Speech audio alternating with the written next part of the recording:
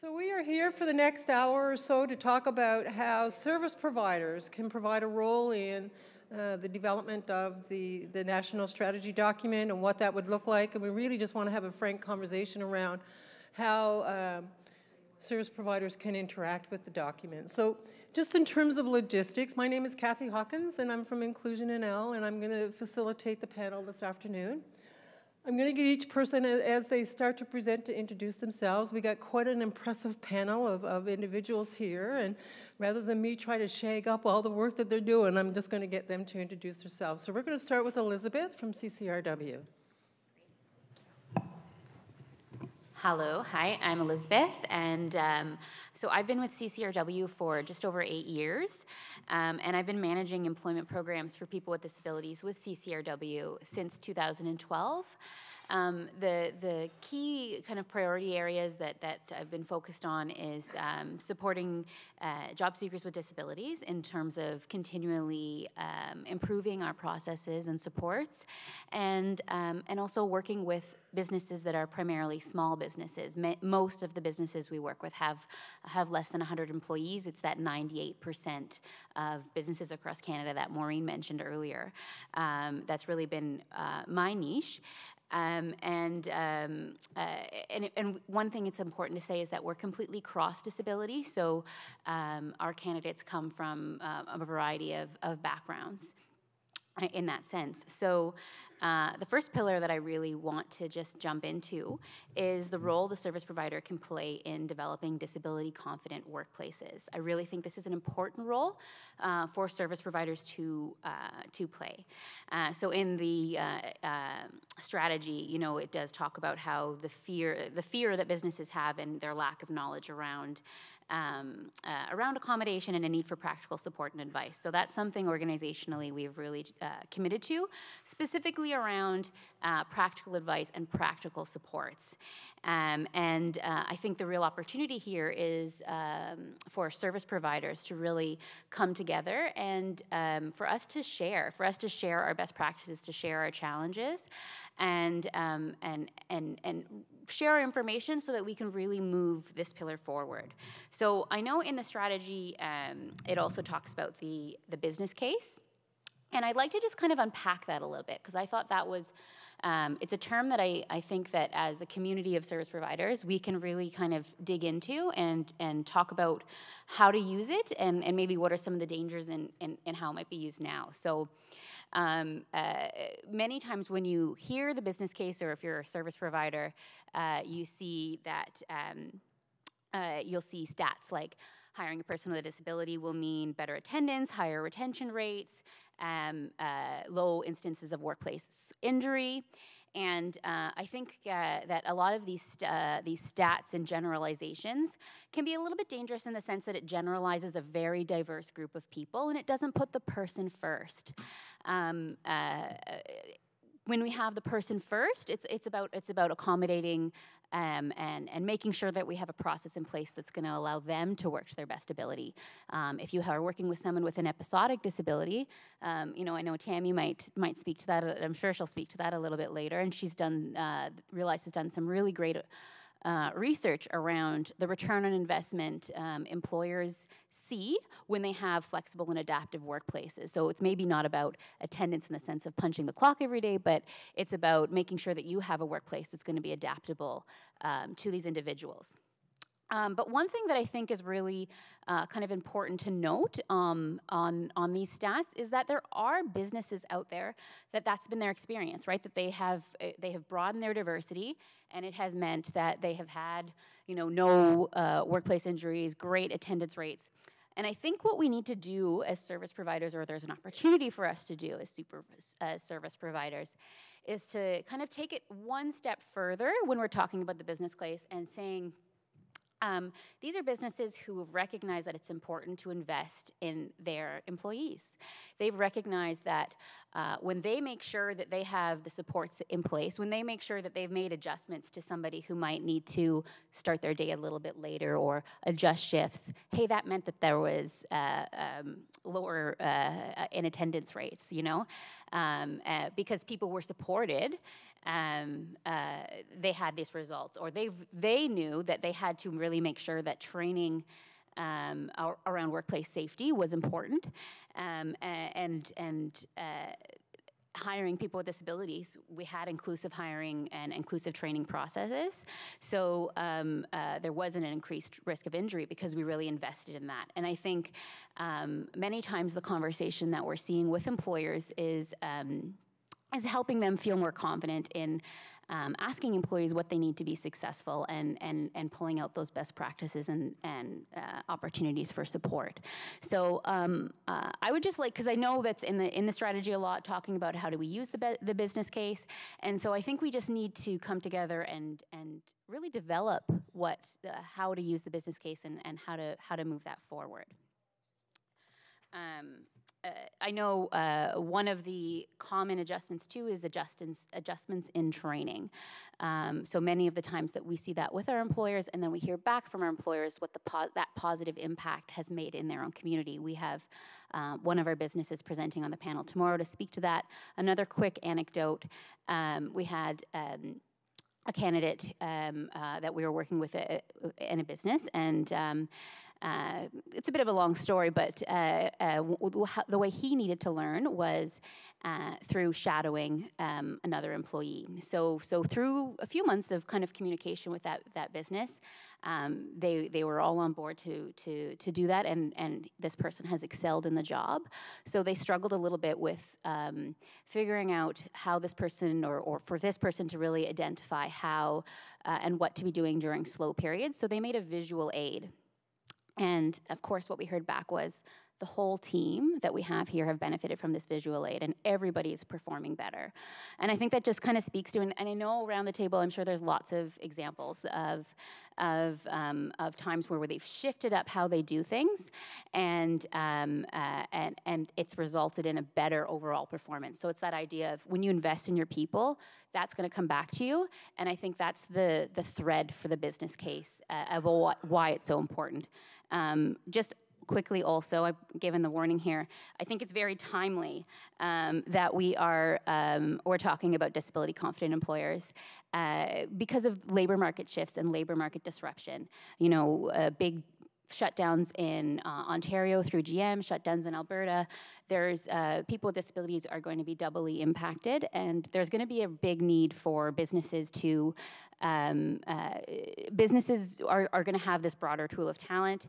We're going to need to look at service providers as bridging those gaps, and really working with employers and working with candidates and developing talent pipelines that might include retraining, that might include other pieces. But with globalization and the way the labor market is shifting, I think just being mindful of how and what the labor market looks like is going to be an important piece that we keep at the forefront as we're talking about the strategy.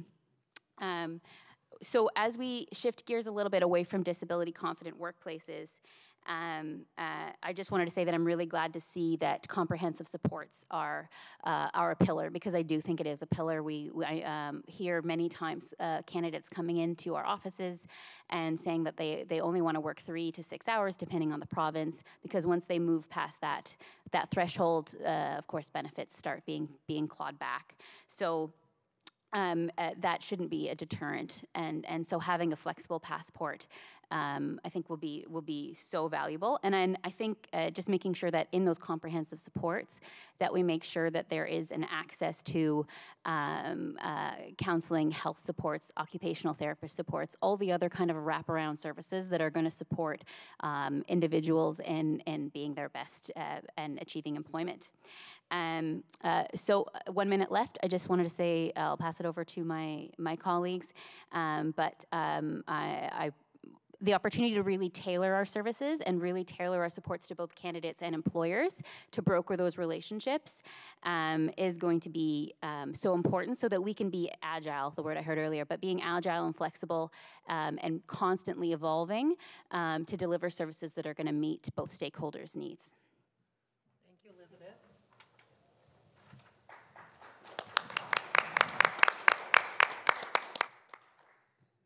Hi, can people hear me okay? Yeah. My name's Sean Mcewan. I work at Calgary Alternative Employment Services in, of course, Calgary. And I've been doing that for about 20, actually it was 20 years last month. So I was working in the field of disability services for a long time. The year before I started working at Calgary Alternative Support Services, I was working at an employment agency. And when I started working at CAS, I realized there's a lot missing. There's a lot of service gaps in terms of finding people with disabilities employment. So I was given the latitude to start an employment program, and I hired really smart people to help me look good and help me make a very good employment program that now serves somewhere between 120 and 130 people every fiscal year. So that's what I've been doing for the last 20 years. We've designed employment services, supported entrepreneurship services. We've done projects with local First Nations communities, going out to their communities and helping them design employment inclusion services. I've also been past president of the Canadian Association for Supported Employment and Alberta Association for Supported Employment, and I'm very involved right now in something called the Calgary Employment First Network that I believe is a successful innovation I should talk about a little bit. As I was going through the document, I saw something that I've continued to see in my career since the mid-90s, and that is great ideas written on paper. I think there's no shortage of documents. I still remember the In Unison report, and you know, every few years there's just a landmark document about here's our way forward, these are the things that we should do. And it worries me that they don't always gain traction, and so that's something that I would like to talk about. I think this is an awesome document, but I also thought that the Alberta Employment First document was awesome too. And when was it? 2013, the province of Alberta announced an Employment First initiative, and you could see in your document that it doesn't even show up as a valid and viable initiative right now in Alberta. And the reason is because no one did anything different. If we write down great ideas and we don't do anything different, then we've just got another wonderful plan in our filing cabinet. So that's something that I would like to kind of address in terms of a strategy moving forward. It really isn't enough to develop good ideas. We spend a lot of time and efforts learning how to more effectively serve people with disabilities, and we've gotten pretty good at that. But the other half of that coin is learning how to help employers make change at work. And I think that we as service providers, one of the resources that we need is more insight, more training, more intentional learning around what makes work work, what makes work healthy, what makes it inclusive, what specifically are the things that we can help employers change in their behavior at work. Because you can go online right now, you can go to hirefortalent.ca and find everything you need as an employer to self-guide your way through inclusion. It's a fabulous website with amazing documents for service providers and employers alike, but there's not really a lot of uptake on it. What we do see is when we put good career exploration in to finding a really good talent match and providing an employer with a facilitated interview, and 6 weeks later that employer is phoning us saying, I should have done this years ago, this is one of the smartest things I've ever done. I need 6 more people like this. Like this was a really smart thing for me to have done, and it made me a better employer. I've put things in place, like evaluations, like job descriptions. How many times have you placed somebody in a job and they didn't have a job description? What's your outcome there? How do you know that you've facilitated competency within that work site? So helping employers with stuff like that, with plain language, with opportunities for engagement. The things that make a workplace good are things that make a workplace good for all of us. They don't just make a workplace good for people with disabilities. But just like our organizations, employers get caught up in the day-to-day, and they don't always address the things that need to be addressed. I think it's very common for organizations in the disability services sector to not have a really good policy and protocol around workplace accommodations. How are we not getting to that? Well, obviously, we really get caught up in the day-to-day. So if we can be conscious of that, and as service providers, be helping employers to address that, I look at tools like the Guarding Minds at Work tool, which is a fabulous, fabulous free self-assessment for any employer, including nonprofit employers, to kind of assess along 13 psychosocial indicators how healthy is your workplace. And it's very interesting because the things they have in there are things like clear leadership and expectations, civility and respect, organizational culture, the things that if you're good at, people with disabilities thrive in those environments. So I really kind of look at this voluntary standard on psychological health and safety in the workplace as just an example of universal design. It's an example of something that works for everyone. And where we can leverage that, it's really important. I think it's very important for us to realize that disability is just another type of diversity, and diversity makes a group stronger. That's the point. So if we can utilize existing tools like the Guarding Minds at Work stuff, like the Hire for Talent stuff, and help employers navigate those, I think that's important. But we also need to very conscientiously and intentionally, as service providers, make our learning more robust and deeper around workplace culture, because that's the part of what we do that I think employers would be really interested in. And if we're going to do more research, maybe we should be doing research about things that employers look at the results of and think, yeah, I've got to be doing that. If we could do a before and after case on a business prior to a person with a disability being there and 1 year later, and show that things like workplace safety, employer engagement, innovation, productivity, if we could show that those things went up and apply a dollar value to it, that's research that I think employers would buy into. And those are really the places I think we need to focus. We have so much great knowledge and compassion and great hearts and strengths for serving people with disabilities, but we need to learn more about how to put good ideas into practice through embedding them in work routines. Those are the ways that I think we can help employers learn more, and ways that this strategy can be more effective. Great ideas they're like Christmas ornaments. They're just hanging there on the tree, right? I want to open a present. I think we need something to really be able to sink our teeth into. And I also think that networks, the ability to learn from each other is really critical as well. Calgary Employment First Network started almost as an accident and ended up being this entity that celebrates Disability Employment Awareness Month across the Calgary region every fall, hosts employer awards, galas. We've realized it's all of these old people sitting around the table that have 25 years of experience. None of our frontline staff are gaining any experience from that. So we have started to provide training series. So veteran staff are providing sessions on career counseling or sessions on employer engagement or on job coaching, providing that to each other at no cost and just utilizing the strengths that we already have. We have the ability to be innovative and be clever. We just need time in our day to do it. And I think that's a piece that funders need to be really aware of. Make that an outcome. Make research and embedding new practices and engaging with each other and innovation, make that an outcome. That's how you embed something important in a work routine. I'm going to stop talking now because I think my minute's up. All right. Thank you, Sean. Okay, ditto, Sean, ditto. Thanks. So, hi everyone. I'm Jen Susi. I'm from Live, Work, Play.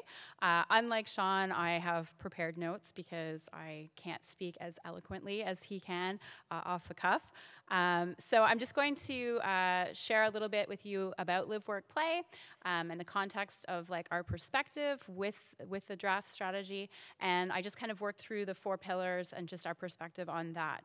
So Live, Work, Play, we're a charitable organization. We're located in the NCR, and our whole mandate is to help the community to welcome individuals that have intellectual disabilities. Our organization provides comprehensive, just enough support to people with intellectual disabilities. So within that definition, we look at folks that have developmental disabilities, people with autism spectrum diagnosis, and our whole role is to help our members enjoy homes of their own, healthy relationships, and to have included lives in the community. We take a similar approach in delivering employment support, supporting both the job seeker with an intellectual disability and employers to create a more diverse and inclusive workplaces that value the skills and contributions of our members. The perspective I bring to you today when looking at the draft strategy is one that is focused on this population, which tends to be even more marginalized within employment. Estimates of the overall unemployment rate of this group of people in Canada tend to be around 75%, and it's because of this that we think special attention should be paid to this group of traditionally undervalued workers. So looking at the 4 pillars, the first one, disability confident and inclusive workplaces. I think this pillar is key from the point of view of Live, Work, Play and our contribution to this discussion. The strategy mentions how many service providers work to prepare clients with disabilities to enter the labor market, but that only a few work with employers to ensure that their organizations are ready for an inclusive workforce.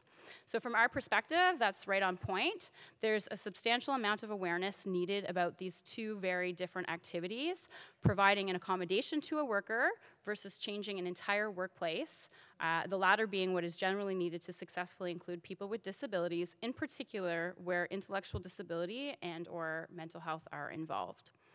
In our interactions and training with employers, our organization has noticed this gap and is focused on supporting workplaces to become more welcoming and supportive of all employees, not just the one employee that may have an intellectual disability. So we were very glad to see that as part of, as one of the pillars. Second, the comprehensive supports. So we feel that the suggested initiatives that the strategy focuses on are key to moving the needle in employment for people with all disabilities. In particular, the focus on revising provincial and national employment programs to be user-friendly, the emphasis on youth with disabilities and supportive transitions from employment, or from school to employment, and ensuring that income support is sufficient to keep people out of poverty.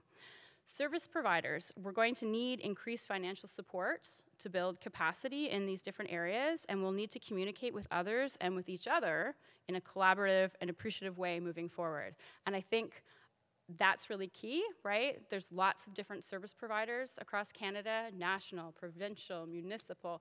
We need to work together as a team to get this done, really. So the third pillar, effective partnerships. So I'm really glad that this has been established as one of the pillars within the strategy, and I wanted to highlight an innovative project that we've been working on at Live, Work, Play. So it's really a partnership between Live, Work, Play and the federal government of Canada as an employer. And so since 2014, Live, Work, Play has been sharing the value of hiring employees with intellectual disabilities to the federal government and in a grassroots way throughout various government departments. Fast forward, it's March 2018, and working in partnership with the Treasury Board Secretariat and the Public Service Commission, a joint challenge was issued. So it was issued to all the departments across Canada and all the agencies, and it was basically letting them know the value of hiring people with intellectual disabilities, and it challenged all government departments to hire employees with intellectual disabilities. Up to 100 was the number that was put on it in March. So to date, through this initiative, Live, Work, Play, and some of our partner agencies that we've been working with, we've managed to help the federal government welcome 63 employees with intellectual disabilities as employees. So yeah, that's pretty cool. It's been very cool. So partnerships work, and not just our partnership with the federal government as an employer, but us working with other service providers across Canada to make this happen. So finally, the pillar around measurement and accountability. So I think really Mary Gazella in the audience today made a really good point around the data and being able to find out more information with the data. So we really need to dig deep, and there needs to be a way to tunnel down a bit within disability. So we need to find ways to track disability and gains in employment globally, but also more specifically within disability types, so we can figure out what works, what is working, what's not working, what works for whom, so that we can really have accurate number and information. And then, you know, as to Sean's point, hopefully that's where the money is going to flow, and more focus can then maybe be spent on giving extra support if necessary to those who maybe are moving along an employment pathway a little bit more slowly or in a way that's not really working. So that's all I really have to say. That's all I prepared. So thanks very much. Thank you, Jen. Thanks, Jen. Tammy. Thank you. And you were very eloquent, Jen. Good afternoon, everyone. My name is Tammy Yates, and I'm the Executive Director of Realize. And unlike Jen, well, like Jen, but unlike Jen, I also prepared written notes, but it's because I am from the Caribbean, and we are storytellers, so I can actually sit here and tell you the story of this whole day. So I'm actually reining myself in by preparing these notes. So it's quite interesting for me sitting here on this very high esteemed panel in terms of service provision, because as I begin to share a bit more about Realize and who we are, we're a different type of service provider. So, you know, I'll come to that a little further. But following, I don't know how many of you were actually at the session yesterday that was put on by Avian, which was formerly the Canadian Centre on Disability Studies and Arch Disability Law. There was a session yesterday on intersectionality and human rights, monitoring change together. So I will be approaching this discussion from a holistic lens, and that's because of all the hats that I wear. Now, you may look at my hair and say, what hat can go on this hair? But believe me, I've made hats of my own. So the first hat that I wear is as the Executive Director of Realize. And Realize really hosts the National Civil Society Secretariat of the Episodic Disabilities Forum in Canada. What is episodic disabilities? We'll get to that. So we often refer to the Episodic Disabilities Forum as the EDF. So if you hear me referring to the EDF, that's what I'm referring to. The other hat that I wear, as the organization, is as an organization that works closely with employers. And this is where we're the different type of service provider at the table. Because a lot of my colleagues here, the service provision that's done is really with the community in terms of placing individuals in jobs and coaching and mentoring and so on, as well as working with employers. So we train employers, we build employer capacities with people living with episodic disabilities. So we don't place people living with episodic disabilities or do job coaching and so on. So that's just a bit of the difference. We also work on changing policy and practice to ensure full inclusion of people living with episodic disabilities.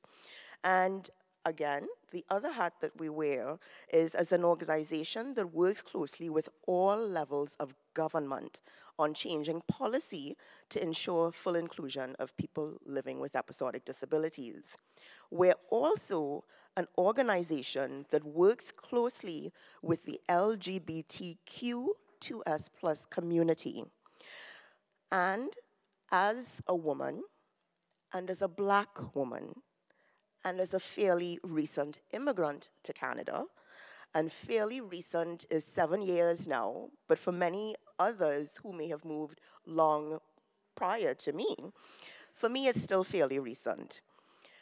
Intersectionality, I think, is critical in this discussion that we have today. And just to ensure that we're all on the same page in terms of intersectionality, intersectionality is a framework designed to explore the dynamics between coexisting identities. So gender identity, living with a disability, race, age, language, background, etc. And these connected systems of oppression. The term was created by a Black feminist writer, Kimberly Crenshaw, and it challenged women because we're not a homogenous group. And the reason that I share this in this setting is that I am actually thrilled to see in this strategy that intersectionality is actually pulled out as a section of its own. So in the draft strategy, people living with disabilities are not identified as a homogeneous group. And as such, the recognition that equitable recruitment to the workforce, retention in employment, and returning to the workplace may require different strategies for different groups of people living with disabilities. Don't get me wrong. That does not mean that there aren't overarching areas of commonality. However, we also need to focus when the action plan and initiatives, targets, and so on, outcomes are identified on, for example, women living with disabilities, on indigenous communities living with disabilities, rural communities, and the list goes on. The indigenous elder this morning spoke about, I actually wrote it here, some things cannot be sugar-coated. I don't know if you remember him saying that. So I am putting it to everyone today that in this strategy, the initiatives coming out of this strategy and the action plan and the monitoring of this strategy, we cannot sugarcoat the fact that everyone living with a disability needs to be addressed in the same way. So on the latter point, I'm also delighted to see that episodic disabilities and intermittent work capacity have been clearly articulated on page 14. I actually wrote and circled the page number on page 14 of the draft. I have noted, however, that when I did a word search, and I think one of the panelists who connected to us virtually mentioned this, and well, many of you who would have been sitting behind me would have seen my head going like this, because there is no working definition of disability in the document. So anyone picking up this document, and if we're saying we're moving together, we're moving forward together, we have to move forward together with a common understanding. Singing from the same song sheet is what I tend to tell my team. We may sing different notes. Sometimes some of us may sing off-key. I sing in a choir. That does not mean that I can sing, but I sing anyway. So we will be singing from the same song sheet, but we have to have a common definition by which we'll be singing that song. So in Bill C-81, the definition that's being used, and I would suggest that perhaps we use this definition for the strategy, is that a disability means a physical, mental, intellectual, learning, communication, or sensory impairment or functional limitation, whether permanent, temporary, or episodic in nature, that in interaction with a barrier hinders a person's full and equal participation in society. So that's just contextual, a little bit more about Realize. So Realize is commemorating its 20th anniversary this year, and we have been working on the issue of episodic disabilities for almost that length of time. So organizations like Disabled Women's Network Canada, the MS Society, Arthritis Society were really some of the earliest cross-disability collaborators with us on episodic disabilities. And in considering the role that we would play in advancing this strategy, it would be pretty much the role that we're currently playing, which I like to call the 4x4. And that is sort of the four things that we do: research, education, policy change and practice change. And research, as the Secretariat of the EDF, we conduct and work in collaboration with academic as well as other community-based researchers to really identify the gaps and then provide the evidence. And in terms of practice change and policy change, we work with HR professionals across the country with in-person training and online training on episodic disabilities. Okay, just one more thing, so in terms of supports, data, stable funding, and what is actually, I think, critical, and I know everybody's saying this, but we cannot overemphasize it. This cannot just be our strategy. It has to be embedded within the federal government and then reportable by each jurisdictional level of government, because 20 years down the line, our grandchildren and our great-grandchildren are going to be sitting here and seeing these same things. Thank you.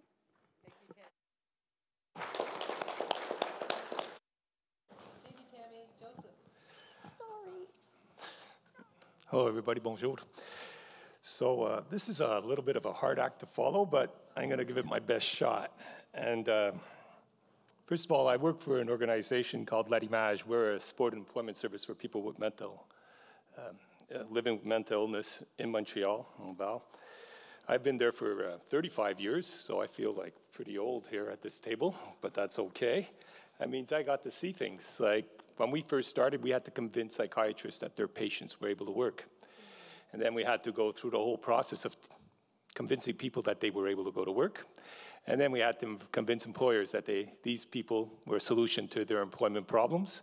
And right now we're trying to convince the government that if they don't change their rules, they are the major obstacles for the people coming to see us to go back to work. So that's, I think, is the next step.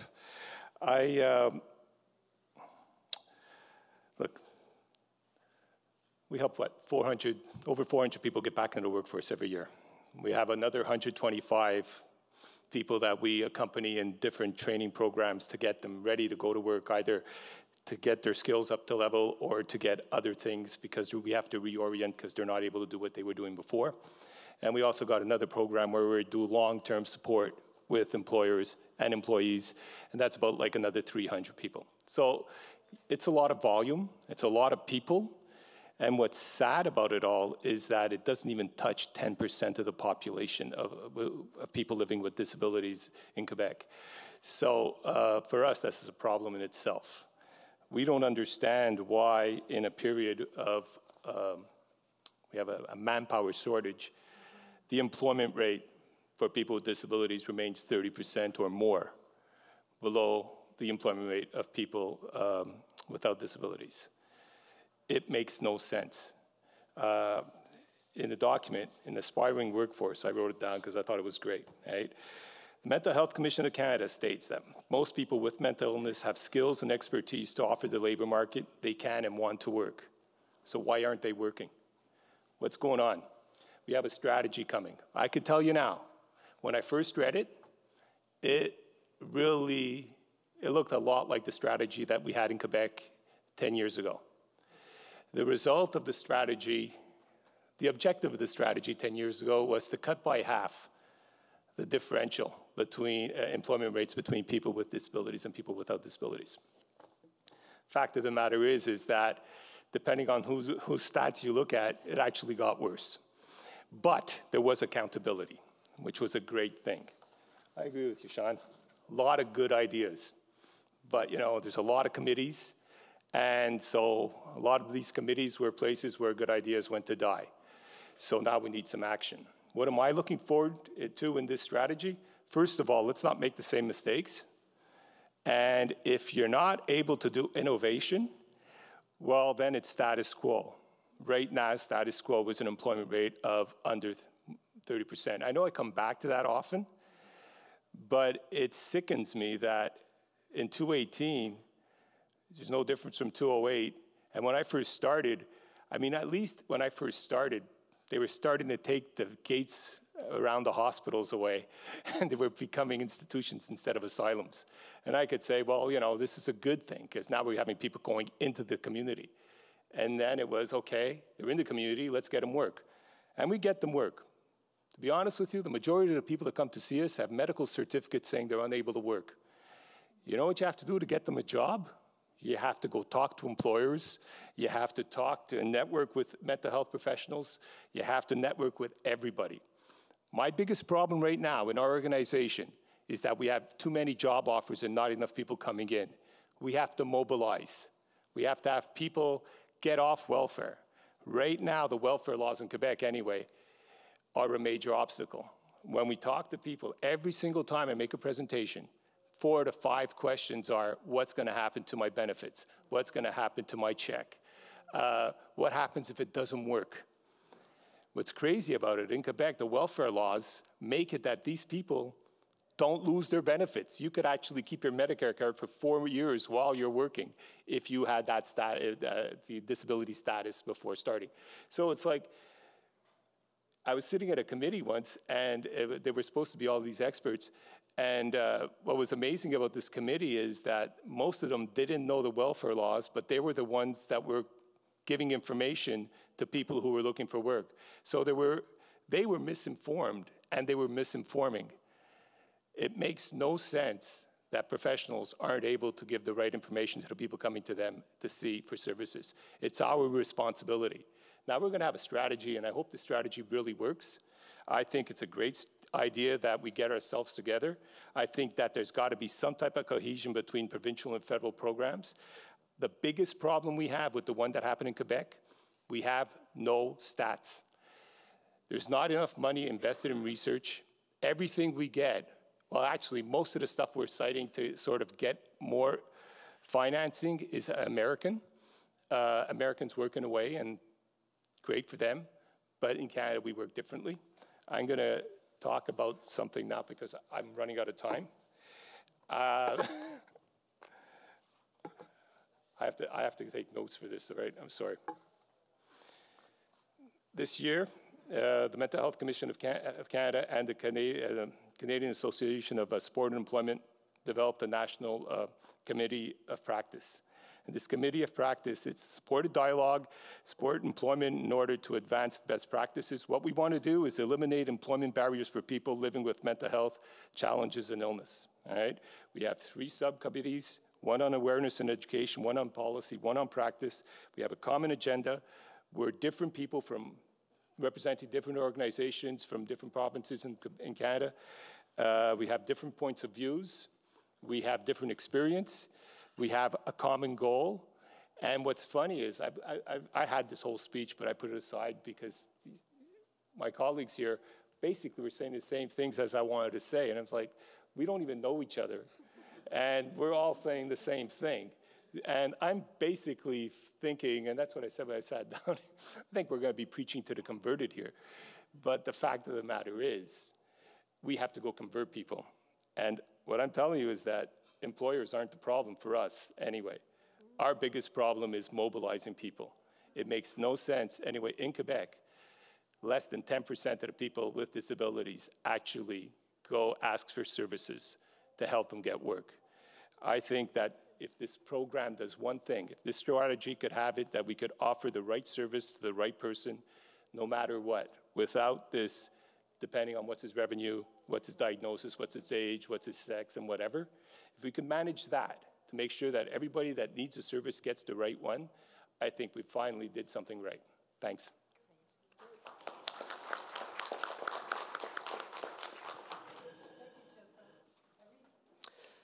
Good afternoon, everyone. My name is Arif Jetha, and I'm an associate scientist at the Institute for Work and Health in Toronto, Ontario, and I'm also an assistant professor at the University of Toronto. And so I'm going to be providing a compliment to some of my colleagues on the panel with regards to the role of service providers and what the literature and research is saying. Just to give you a background, I actually study the labor market transition of young adults with disabling health conditions and the experiences of entering the labor market as well as advancing through the labor market. So this is an area that is of significant interest to me.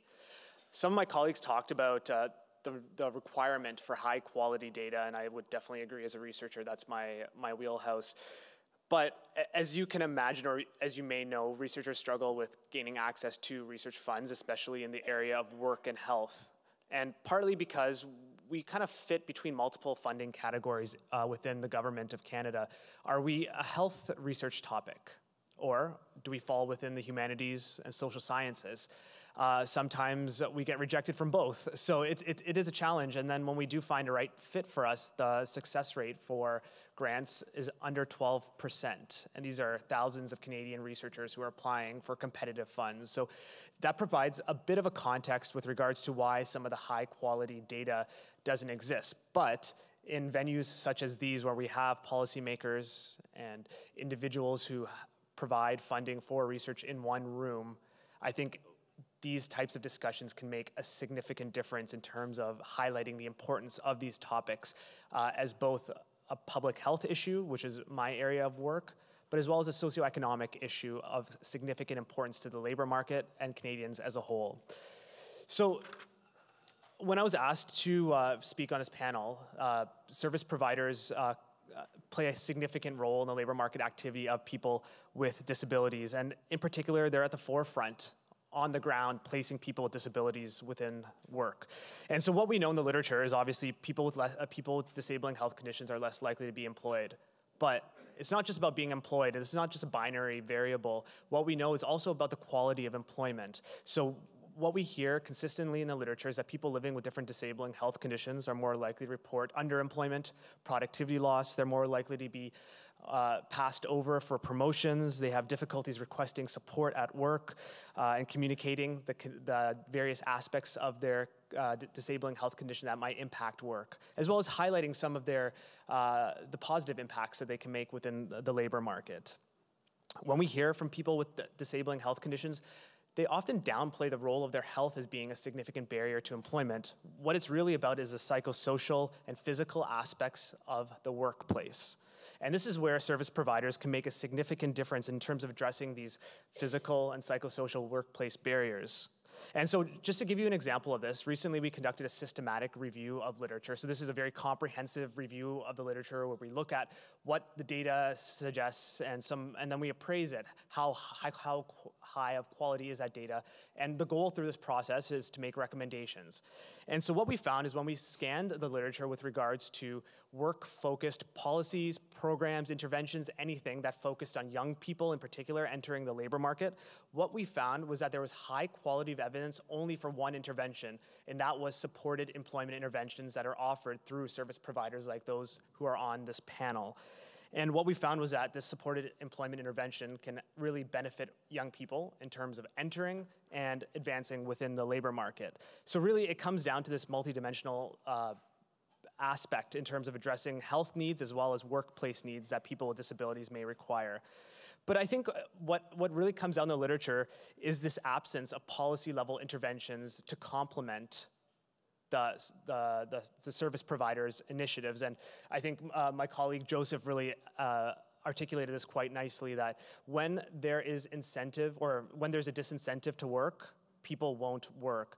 But when the government offers waivers to loss of social support, that can make a world of difference in terms of someone wanting and desiring to stay in the labor market. So really, I think it's not just the service providers who should be the ones taking the lead. It should be a combined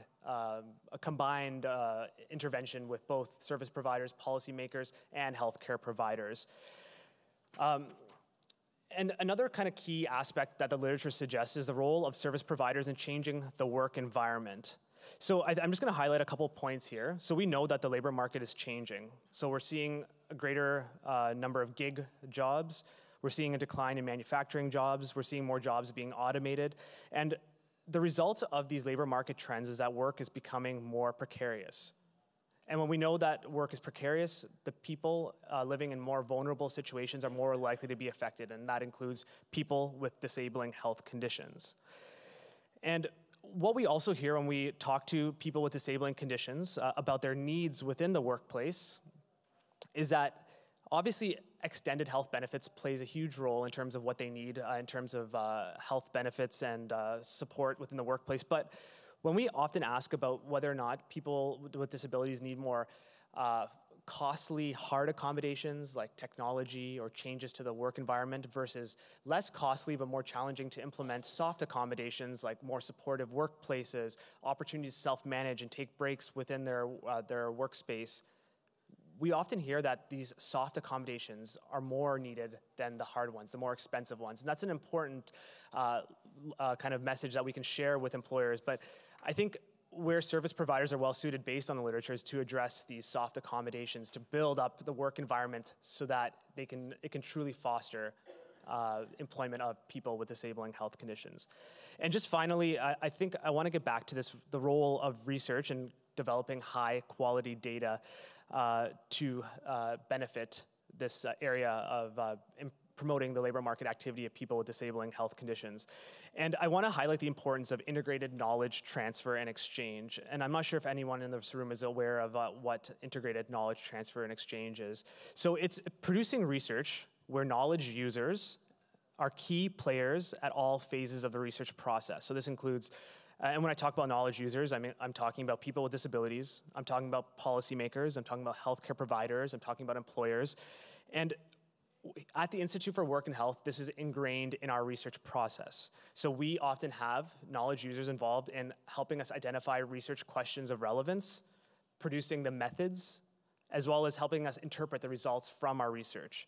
And the goal through this process is to create knowledge which will be highly utilized and relevant.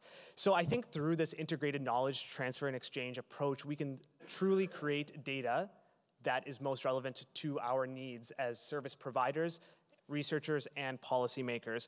And I think this process of redeveloping this mission statement that CRWDP has initiated and bringing us all together in this discourse is an example of an integrated knowledge transfer and exchange approach, because think about it, we're all contributing to this document right now, and ideally this document will then inform both research and practice that emerges from it. And through that approach, the research that we do produce will ultimately result in a high impact in terms of helping people with disabling health conditions enter the labor market, as well as advance and be productive workers. And so I'm going to leave it at that, but I'm happy to address more questions if you have them. Thank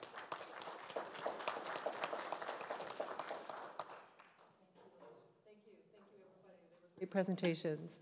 Do we have any questions from anybody in the room? Any takers on questions? I have a bunch of questions, but I certainly wanted it open to this floor first.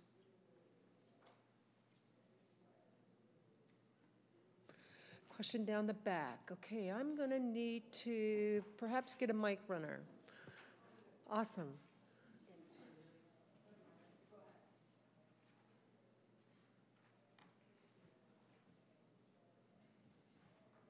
Thanks, Deb.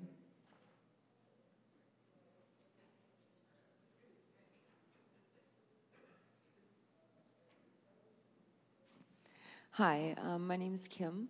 Hi, Kim. I'm from Ontario. My husband is a disabled worker. I also work with intellectually challenged individuals. I guess my question is, I'd like to know what type of jobs are the most common that you're finding people are being able to enter? What kind of employers are more open to hiring people with disabilities?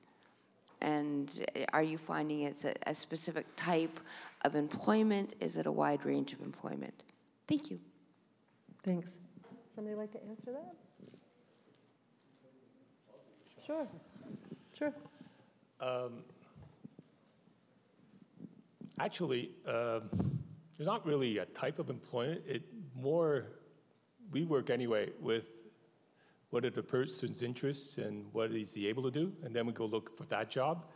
And so there's not like a prototypical type of job or entry job, or not even a prototypical type of employer. I can tell you who we have a lot of difficulty with, though.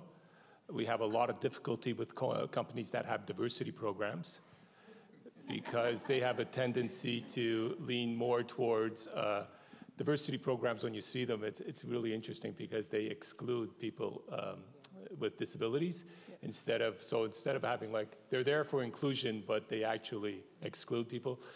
But small businesses, small and medium-sized businesses, really easy. They're really open. Basically, what they're asking us is very simple. Look, I need a worker. Do you have a worker who could come and do the work that needs to be done? We present workers. Yes, they have mental health issues, but they are workers before all. They're responsible. They show up. They do what they have to do. They gripe about taxes. They're not happy that they don't have enough vacations, but that's good. That's normal. What we don't have is employers who are like, well, I'd like to hire someone with a disability because it'll look good. We don't have many of those people knocking on our doors. So I don't know if that answers your question, but in the end, there are a lot of employers, especially small and business. You know what's the funniest? I work in mental health, right? I have a lot of trouble with getting people into government jobs. I have a lot of trouble getting them to diversity jobs. I get a lot of trouble getting them hired by people that work with disabilities because there seems to be a prejudice. So it's like, I think small business is the way to go. That's who we network with the most, and that's where we have our best results. Great. Thank you, Joseph. I have one person right here with a question, and another one right here, and I'm going to interject with a question, and then we'll keep going. What role can this group play in the success of the strategy? How can a group of service providers help support the success of the strategy that we're trying to work towards? Speaking from my perspective, being involved in different national and regional networks and associations, there's a lot of untapped potential there. And I think probably lots of people have been involved in committees or associations or networks that for one reason or another didn't work. And I think what's really important here is that concept of failing forward. Before we just repeat the same failures again and again, maybe look at why didn't it work last time. There's opportunity here to collaborate and learn from each other. But again, this whole idea, the danger of ideas. Ideas are my favorite thing, but if you don't do something meaningful with them, it just kind of becomes discouraging. You end up on this treadmill of generating great ideas that don't go anywhere. So the idea of an intentional network, a community of practice, that type of thing, I think that's the beginning of this, right? The idea is the beginning. It's the first step. It's the looking at ways that you put that idea into practice. So that I think would be a significant role. And even agreeing on what kinds of things will we measure? What about the other things within this strategy? Something really cool the Calgary Employment First Network did with each other is we had a really early sort of catastrophic failure with job placement that I won't go into.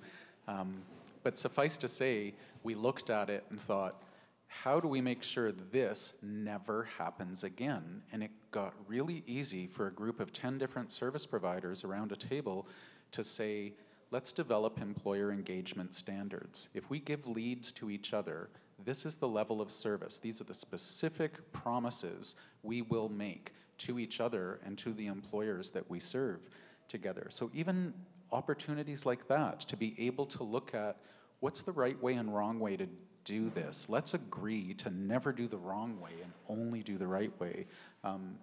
Right? Those kinds of opportunities for information sharing and then putting things into practice. Absolutely. Thank you. Thank you. Question from the floor.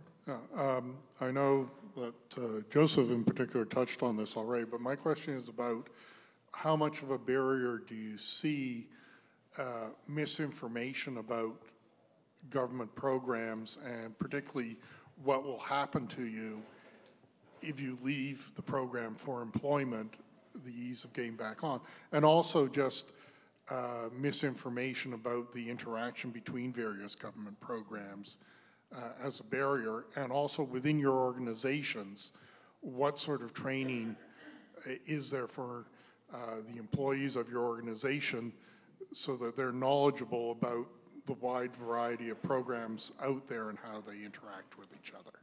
Thank you. Someone like to take that one? Joseph? Sure. I could maybe Sure. elaborate on that. Sure. Please do. It's twofold. Let's start with organizations like Support and Employment Services. Usually we have structures to make sure that our employees are not only well-informed, well-trained, and able to do their jobs with the professional standards that they have to in order to answer to the needs and the requests that are being put upon them, all right? That would be the first part. And now I'm gonna say the ugly part, which would be the second part. I don't know elsewhere, but I could talk about Quebec now. Sport employment services in general are in competition one with each other because the budgets that are available are not, they don't grow every year. And so basically, in order for someone to get a little bit more money, it's because they're taking it off somebody else. And what happens when you're in a situation where there's a manpower shortage? Manpower shortage means there's also less people looking for work. And organizations are now becoming experts, are claiming to be experts to work with people with disabilities simply because that's the clientele that's available. Now, the danger there is that they're the ones often that aren't really trained to do what they're supposed to be doing. And what you have is you have misinformation. You have people being referred to the wrong jobs, or you have people that are just being discouraged because their names have been taken down and then there's no follow-up and there's no service. I think that is one of the things we're seeing a lot of in Quebec is all of a sudden all these people that are looking for work are actually being categorized by certain professionals as having unidentified or undiagnosed mental health problems. Now, what the hell is that? And who the hell decides? You know, I mean, seriously, if someone has told a story to 6 different people since he walked into the organization, and maybe he's a little frustrated at the end because he still hasn't gotten a job, does that make him have a mental health problem, or is it just because he's not getting answers to his questions, right? So it's sort of like a catch-all, and I find it's dangerous because people are turning to the clientele not because they're able to work with them, but because it's a question of survival of the organization. And that I would add is causing a problem that matches the misinformation. Thank you, Joseph.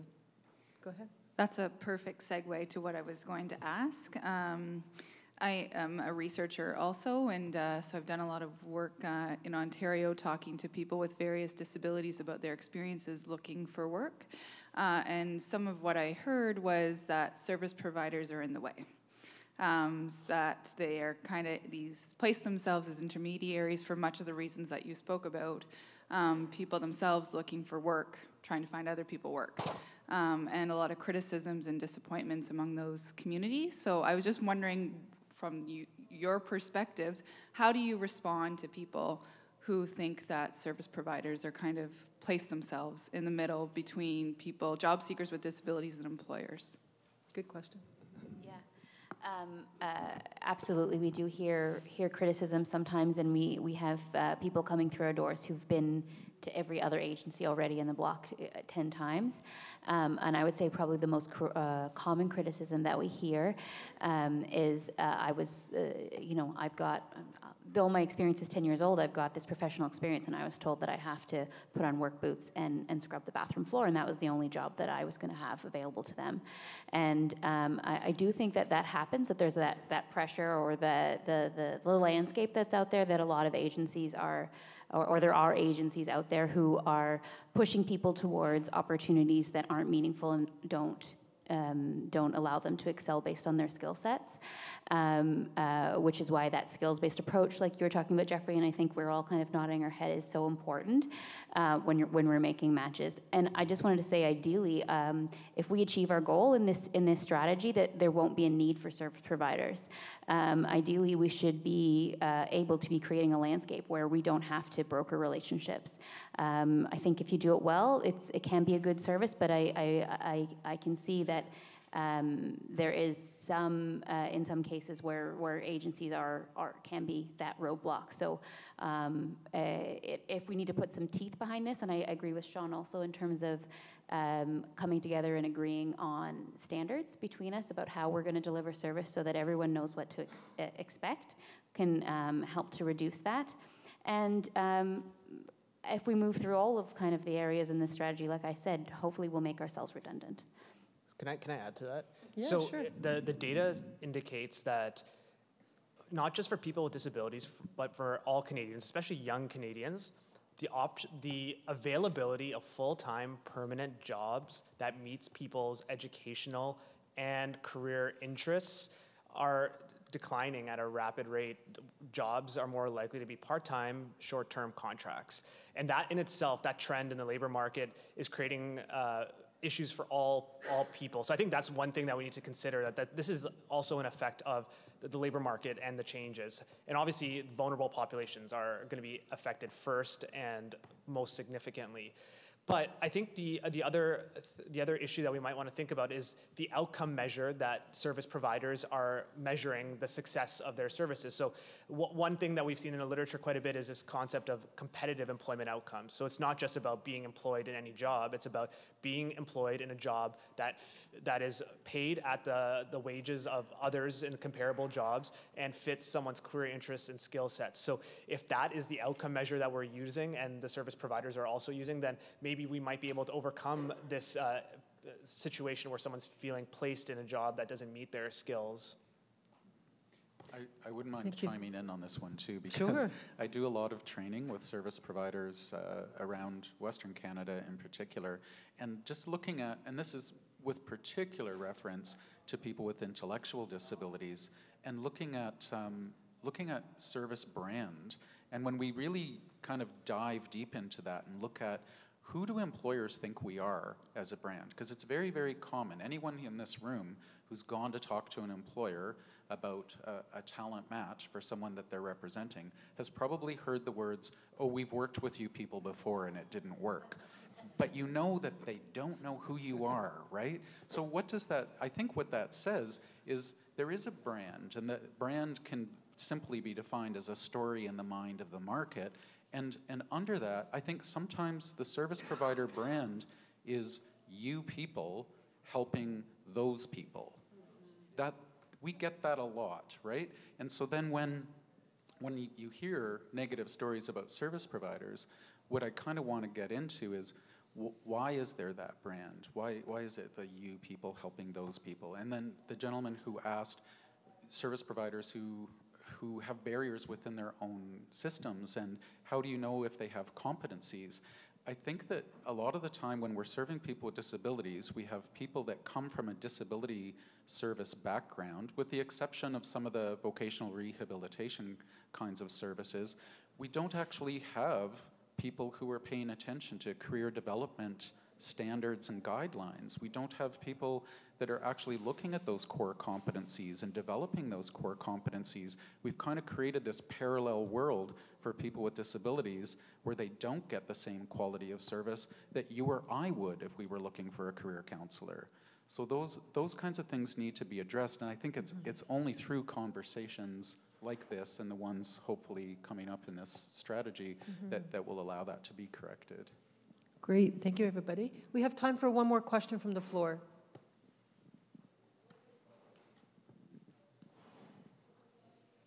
I'm Linda Simpson. I'm with Performance Plus Rehabilitative Care. And I just wanted to sort of build on your comment, Jen, about the fact that we're going to need increased funding to deal with some of these complex cases. And I guess for the researchers sitting around the table, just wondering, are we tracking costs that are related to disability types? Because maybe I'm spending $7,000 on a file, and then that file gets passed on to someone else, and they're spending another $7,000. And at the end of the day, what are we looking at in terms of outcome? And what is, what are maybe looking at the best practice models as well. But I think that that's one thing perhaps that our, neighbors in the South do a little bit better than we do. And I'm just wondering if we could incorporate that into the strategy so we could evaluate the effectiveness of our services. Because what our funders are often saying to us is we're getting no return on our investment in the province of Ontario, for example, with the Ontario Disability Support Program. So, it's a known fact, they have the stats to support it, but how can we make a difference? So that's my question. Thanks. Someone like to respond? Can I Yeah, go for just it. very quick, sorry, I'm not trying to hog this No, conversation. Go for it. It is dismaying to me that we have funders, particularly in the realm of intellectual disability in Alberta, that when we do such a good job with somebody that they no longer need our supports, that's not measured as an outcome. If I do such a good job finding somebody the best job they could possibly have, the employer loves them, they're both phoning me saying, stay out of our lives, we got this, you know, I'll put on a frowny face, but I'm going to high five everyone in the office and say, yay, we got fired. You know, this person's so independent they don't need us anymore. That's a victory, and it's the only thing the funder doesn't measure in our province. We have to start looking at what is an actual outcome, not a bureaucratic tick mark, but an actual outcome for a human being in terms of not needing paid supports anymore. I was talking to my colleague Sahana last night, and I said, I think our job needs to be reinvented so that we're constantly conscious of the fact it's not our job to support people with disabilities, it's our job to create advocates in the community who will do that forever.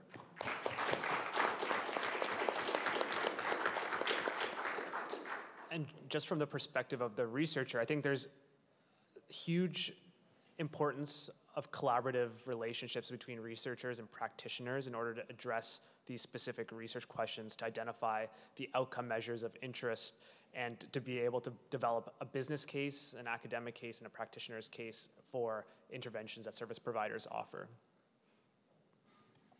Great. Thank you, everybody. And thank you to everybody. So we are at 2:30, and we're at our coffee break for the afternoon. I wanted to... Could I just say one thing? Oh, sure. Yes, absolutely.